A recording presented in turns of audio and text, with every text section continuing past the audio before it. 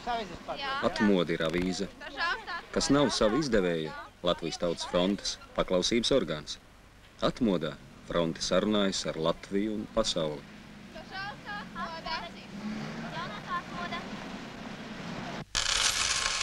Protams, avīze ir prece.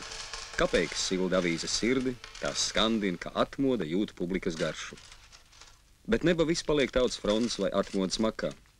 Šīs dienas peļņa tiks atdot nespējniekiem, citas dienas bērniem, vēl kādas nelaimēs cietušajiem. Atmodu lasa Kremlī, lasa Baltijā namā. Par atmodas avīžu puikām strādā visdažādāko amatu ļaudis Rīgā, Kuldīgā, Magadānā, Mimsterē, Daugavpilī. Arī Daugavpilī šī avīze netiek visiem. Atmoda pati daudzām sāpju vietām spēja tikai pieskarties. Arī Latgalē. Lai tiktu dziļumā, augšā jānāk vietējam garam un gribai.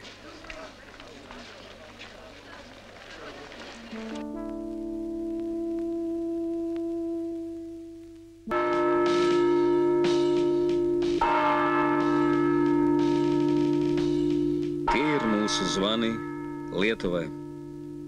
Lietuvas saule kāpj augšā. Pa šo ceļu uz priekšu atzimst neatkarība.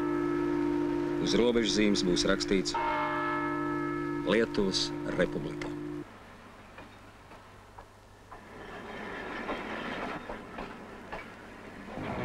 Atmoda tā ir komanda. Jānis Krūmiņš, nu jau politiķis, bet vēl arī otrā persona atmodā. Baldurs Apins tagad jau saimnieka redaktors. Komercdirektors Viestuvs Kozjols. Inns Kalniņš, kurš ir savām acīm redzējis tautu pausāri Austrum Eiropā un varas kaunu Gruzijā. Redaktore Elita Veidemane, Selga Amata, Ilmārs Latkovskis. Atmoda. Tā ir visos līmeņos labi padarīts žurnālista darbs.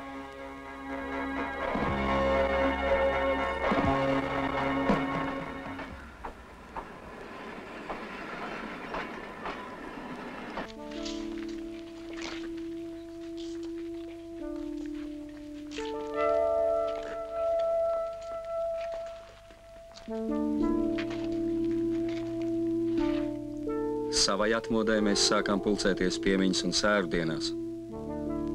Mēs pieminam brīvību un sērojam par pakļauto valsti. Mūsu tautas lielākā daļa ir mirusi priekšlaikus.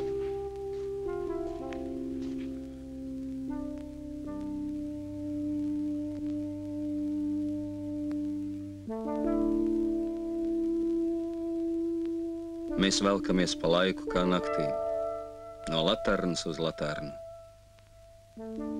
Mēs pārvietojamies laikā no avīzes uz avīzi. Tā ceļš neliekas tik akls.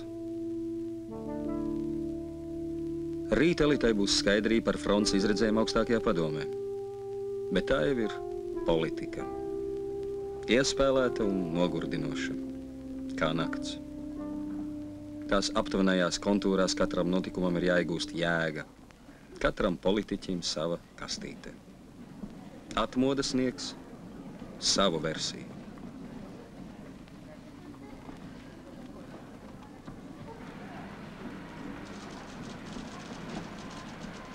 Bijusī Latvijas vadošā partija visai tikli sadalījusi savu bolševistisko garu, taču ar savas miesas dalīšanu ir grūtāk. Tādēļ atmodas sekretariāts atstāja Latvijas kompartijas vai izrādās PSKP CK izdevniecību. Un droši paliek droši savu īpašumu noglabāt citā vietā.